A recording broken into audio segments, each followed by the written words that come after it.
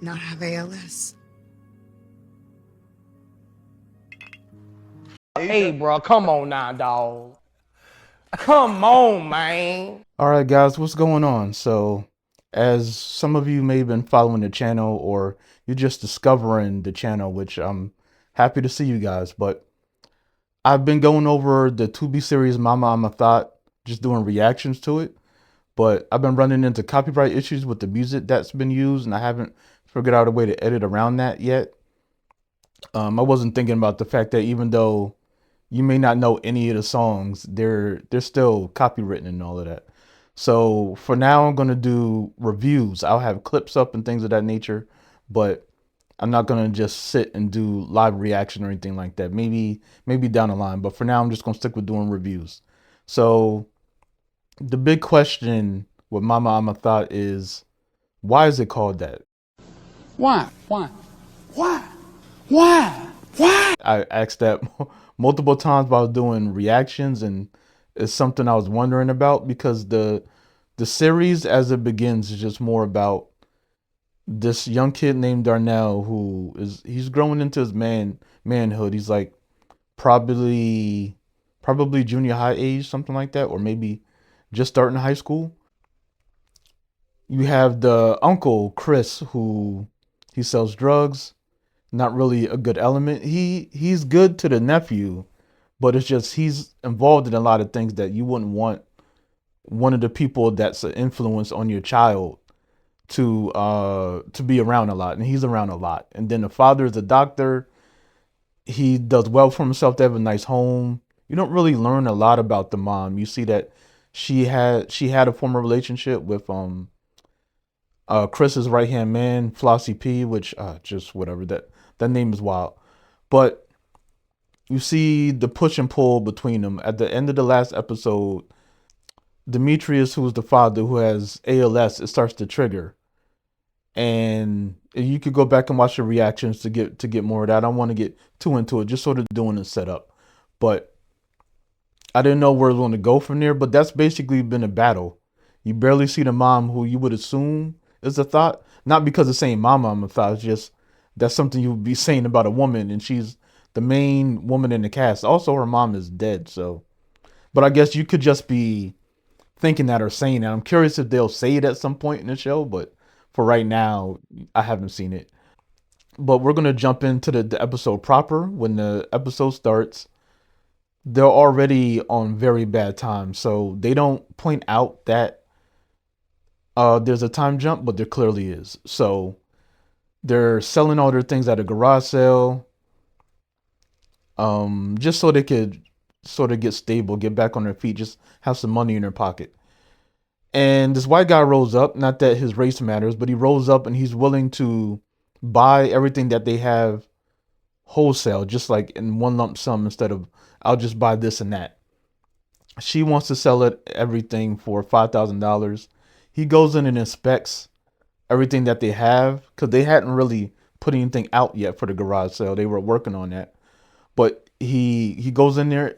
It's seconds. It's wild to me how quick it is. I know you have to be economical with your time when you're doing TV, but it's in and out in seconds. It doesn't compute. Let's keep our fingers crossed, okay? So, honey, but now,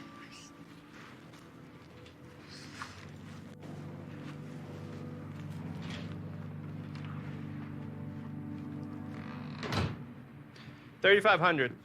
But he tries to lowball her. He gives her a half price, and over the time they sort of haggle, she gets him to go up to 6,000. And she teaches her son, like, that's how you bargain, that's how you do whatever. So they have a little bit of money on them, and the family's still looking tight, whatever. So then you transition to the fact that they had to give up their house, and that's why they were selling their things. They didn't really take anything with them, and they're moving into a new house, which is massive step down. But my thing is, at least you have a house. Neither one of you are working right now. Something jumped into my head after I watched the episode. I'm just thinking, where is everyone else? We will see over and over again that Chris, the uncle, is offering help, And Demetrius doesn't want it because it's illegal money. Doesn't want anything to do with that. Doesn't trust him, which is fair. But he's going to get a lot of crap for not taking money from him. My thing is, where is Demetrius's family? You don't see any of Demetrius's family. You don't know anything about their parents, his parents, grandparents, anything like that. You know that the mom and the uncle, their mother is dead, but you don't know anything about the father. You don't really know a lot about the history of any of the characters, but you don't know anything about grandparents. Like, is there anyone that can help besides just the uncle? And it may just be a budget thing. You don't want too many people that you have to pay for. It's independent. I get that. But they have friends, people that they work with, and just no one is around, no one is helping. But also, that's probably true to life. That's just kind of how it is sometimes. When things really get rough, that's how you know who the real people are that you can trust. So then they transition to them in the house, and the scene is really weird. Just Chris brings Demetrius over, and then the rest of them come in another car, and he's just so hostile with Demetrius about everything. And I get it. You can be frustrated on behalf of your sister. You don't want your niece and nephew and your sister to have to live in squalor, things like that. But he just keeps taking out on him. Like, I've never seen someone so frustrated with having to deal with someone in a wheelchair before. So relax. Nigga, get your ass up the fucking car. I can't, Chris.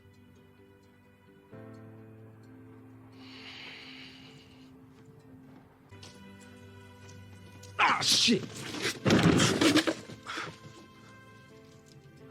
God damn, nigga, what you do? Put a dent in the trash can? Worry about the trash can. What about me? Oh, shit, my fault. Good. He just keeps getting hype about everything. But we end on a very beautiful shot of just staring at the house, but they're still together. And lo and behold, once you jump a little bit further, I would say we jump in when they've been there for a month, because they just sort of call it out on screen. Everything is different. Just the house has roaches. His ALS is worse. She's walking around in a bonnet all day, just looking like Who Shot John. And she always was looking good, was put together and things like that. But now just sort of who cares? Just constantly in a robe and a bonnet and stuff like that, except for different moments. She's snapping on the kids. Just more and more of the hood is coming out. You wouldn't even know she was from the hood if you listen to her in the first 2 episodes. But now it's just straight on it. But you can see that everything is weighing on her, because now she has to be the caretaker for her husband. She has to take care of both of the kids, not really getting any help. They're not getting any extra money in. Demetrius won't let the uncle help, so they're just struggling a bit. We do jump to a moment to where they are doing well. They seem happy. It's not too much drama. And I was wondering, that's sort of like a quick change. Although, even when you're going through things, it's not always going to be negative. But then in the next scene, it just sort of pops up again. Like she's mad again, all of these things.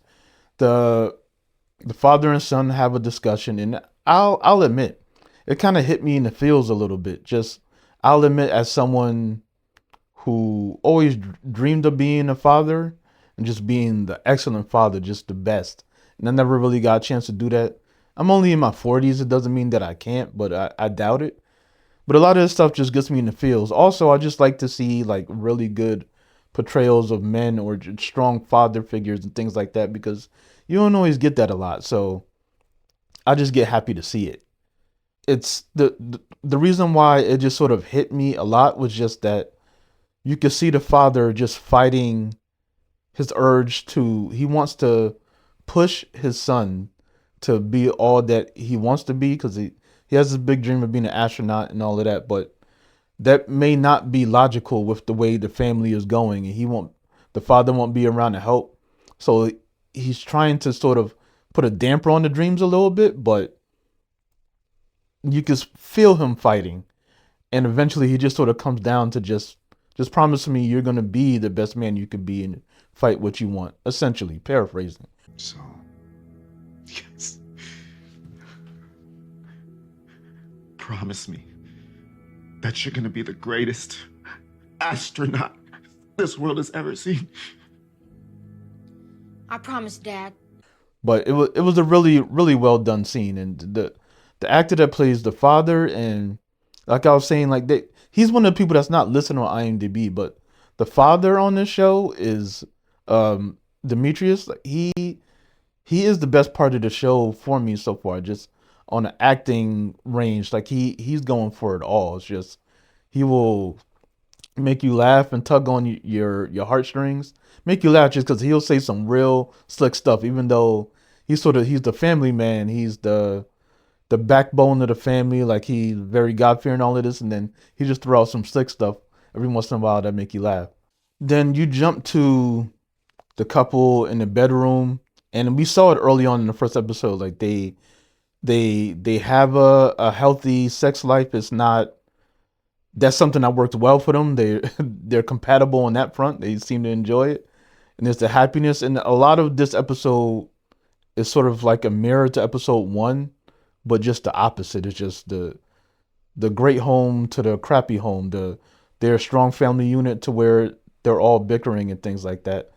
Now, like they're not on the same page when it comes to the physical, because he can only do so much.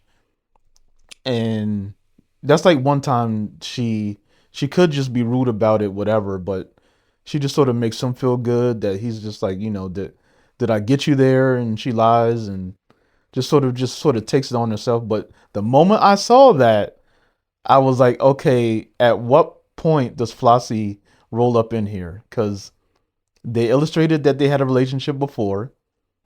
She's not gonna get what she needs at home, and she's more demanding about the money, and she's not getting what she needs physical. So she's gonna stray somewhere else. And this is always the weird thing about marriage. It's we say these vows, not that everyone says the same vows, but there's a lot of, till death do us part, and in sickness and health and all of these things.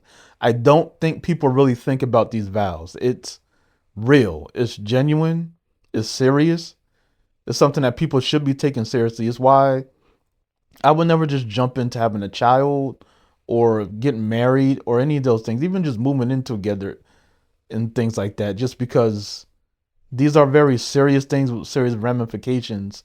It's something that you should really be thinking about before you do. And I believe that a lot of people do, but they don't really think about it. Do you think you can handle that? And if you can't, maybe you should not do it until you feel you can, or maybe this just isn't the right person. Then you cut to another night. The mom is trying to roll out, like trying to sneak out. The sun is up. Not the actual sun, but the Darnell is up. He wants to use the laptop or whatever. She's like, I'm just gonna be right outside. She goes a couple of houses over or whatever where Flossie is. He gives her money. Then she's trying to smash, and at first he holds off, but that's not gonna be the case. They end up hooking up in the car, and I'm like, okay, they didn't park, or he didn't park in front of the house. She was like, why did you park so far away? It's close enough to where Darnell would just have to walk, a few steps and he would see something. So you're in front of someone else's house, in the car, getting busy, or on the side of someone. Okay, like that's TV stuff getting in there again. But okay, so that's what you see. Fine, whatever. So Darnell catches, just like I said, like he goes out to see his mom, check on her, and catches them in the backseat of the car. Flossie sees this, but he doesn't stop her. He doesn't stop them. He's kind of like trying to say her name to signal to stop, but he doesn't stop her. She doesn't know what's going on. Then you see, and Darnell keeps the secret, at least in the short term. You don't see him telling the dad or whatever. Then you see how they have to eat now, and they're literally doing condiment sandwiches, wish sandwiches, if you will. Just and even that is just wish sandwiches. You wish you could put something in between it, but they're just eating mayonnaise sandwiches, which I'm like, I don't. It's not it's not a judgment. Like sometimes you have to do what you have to do. I'm not judging anyone for that. It's just I would rather a different condiment than mayonnaise is the thing I'm putting on my bread to eat. But that's what they got to do. And at one point, they try to spruce up the mayonnaise sandwich because Nyla, the daughter, just getting tired of it. So Darnell gets some canned corn out of the cabinet, and he can't open the can, which is fine. He's young, but Nyla is way younger, and she knows how to open up the can. I'm like, what sort of? How does she know and you don't know? But they show the aftermath of him setting that up, and I'm just like, thank you for the blessings that I received. However, I was able to live the life that I was never this poor or this struggling, or I'm not now. Praise the Lord. And I'm not even a super religious person. I'm just saying, just praise. I'm just so thankful. And it could happen to anyone. The title of the episode is Life Is. And life is a lot of things. Life is tricky. Life will catch you by surprise. Life is definitely surprising. You don't know what's going to happen from one moment to the next. You could go out driving one day and then get in an accident. You're paralyzed. Your whole life has been flipped upside down, and you don't know what's happening from one moment to the next. And that's always something I try to keep in mind. But then the family goes out to dinner. They're taken out to the Chinese restaurant. I'm looking at it and I'm like, no. At first I just thought it was they were eating at someone's house or maybe Chris's house or whatever, because I'm sure like they don't have a lot of places they can film in, but they're trying to say that this is a restaurant. There's no way this is a restaurant. This is just a room that they tried to spruce up to look like a Chinese food restaurant, but that's fine. They don't have a lot of money. So eventually Flossie confronts Darnell about what did he see? Did you say anything? Darnell's like, well, he asks, why didn't you say anything? And Darnell's like, why? What makes you think that I didn't? Because, I wouldn't be here. But the main thing about that discussion is Flossie saying to Darnell, never trust a woman. And I feel like that resonated with him a lot. And he just started looking at his mom differently. There's some friction at the dinner. And it's just like, my thing is just the father, Demetrius, just keeps getting his back kicked in. I get it that he's creating a situation, but he didn't do this on purpose. I've never seen so many people just feel like they're putting all of the blame on him as if it's something that he's done. Like, I don't feel like no one is, except for the kids, are sympathetic to what he's going through. We see him, vomiting at one point and the shaking, and he's going through it, and he also just has to keep getting crap from everyone. There's a discussion that him and the wife had at one point when, like, he's just noticing a pattern. She drinks a lot now, smoking all the time. She just sort of transformation into another person, and he's just sort of trying to get to the bottom of that, just trying to help her get on the right path, but she's too far gone.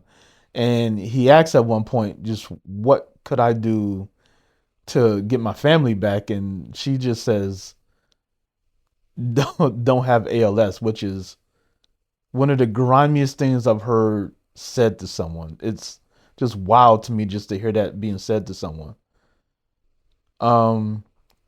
We jump forward a little bit, and things have been getting worse, and just like things sort of start coming out in the open, but it just becomes bit by bit.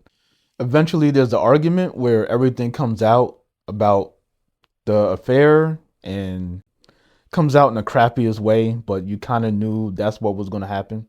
At one point we see the brother bring groceries, and Flossie's with him because it's they are always together. Like, I know, especially when you're moving like that, you may have your number two with them a lot, but I've never seen something like this where just they're always together, just constantly, no matter what's going on.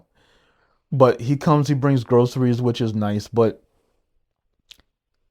I just keep having the things that he's done ring out in my head, because then eventually he goes upstairs and the father's really going through it. Like, he can't even get out of bed or anything. The mom is there. She's still complaining about everything. And then he's like, yo, basically, I'm going to put you on game. I'm going to have you moving some weight, this and that, give you percentage, all of that, just so you'll be good. And she's just like, I don't know about that. And he's like, I would never do anything to hurt you or the family. My dude, your son is dead because you took him to a drug meetup. A shootout happened, and he had to deal with the consequences of that. Son got shot. You also took your nephew out for ice cream. You got shot at, made him swear to secrecy, but he could have been dead right there. And someone did die in that shootout, just an innocent bystander. You brought drugs to a cookout. These white kids were just sort of like, just, we all do drugs, whatever. You should try it. Darnell takes it, almost dies. What are you talking about? You would never let anything happen to your family. Everything you do is a detriment to your family. It's like, cool, you're getting money, whatever. Whatever you're doing, and the fact that you're constantly around the family. Someone buck shots at you, that could happen at any moment. So the fact that you're constantly around your family, you're always putting them in jeopardy. And just getting her to do illegal activities, that's literally what you're doing. What is going on? I feel like I'm taking crazy pills. I want to like the uncle in certain ways just because I could tell he really does care about the family and all of that, but he could just also be so grimy just the way he just keeps talking to Demetrius and all that. And I get like, part of it may just be like a little bit of resentment because of the way Demetrius looks at him, but he has a right to feel that way. And I get why he doesn't want to take the money. They could end up losing everything over that because it is illegal money. But they also have a discussion about the fact that the father, Demetrius, is taking fentanyl to deal with the pain and everything. So my first thought right there was that they were going to overdose him to get him out of the picture, because everyone just keeps being like, I hope you die. I can't wait till you die. Oh, this is just wild. You would almost feel like it's a comedy at this point. It's like when you watch him walk hard and you just keep whatever the Dewey Cox character does after his brother dies. Like, the father just keeps saying the wrong kid died just all the time. Like, it feels like it's like, when you gonna die? I hope you die. When you gonna die? Just, he's already going through it. So, Demetrius and the kids, they're outside. They went to go get some stuff for Darnell's birthday. So basically, the second episode was the birthday party, and the uncles, so Chris and Darnell, share the same birthday. So it's been a year since everything happened. So that's how you could track the time jump. And I don't know how. I mean, I guess they could have just pushed the father to the store, but it's just them walking. The reason why I'm questioning is because Darnell is struggling to push his wheelchair, but it may be a thing of it's uphill now where it wasn't before, so it is harder to push that way. But Darnell sort of freaks out when a white van drives by, because when the drive-by happened, it was the same type of car. The cat comes out of the bag about that. Then we jump to the father telling Chris and Flossie to come over for the party. And they had already agreed that the uncle wasn't going to be there. Like, Darnell didn't want that. So then when that happened, I started being like, I started doing Birdman rubbing hands, like something was going to happen. I didn't know what the setup was for. I thought it would be some sort of violence, but I didn't know what it would be. So they come there. The father acts like he wants to make peace. He has Darnell go out of the room. He's like, I want to have a drink with y'all, whatever. So they all have a drink. and Darnell comes back in and bumps the drink on Flossie, so he doesn't actually drink it. And then that's when you realize what the father decided to do when he found out about the drive-by.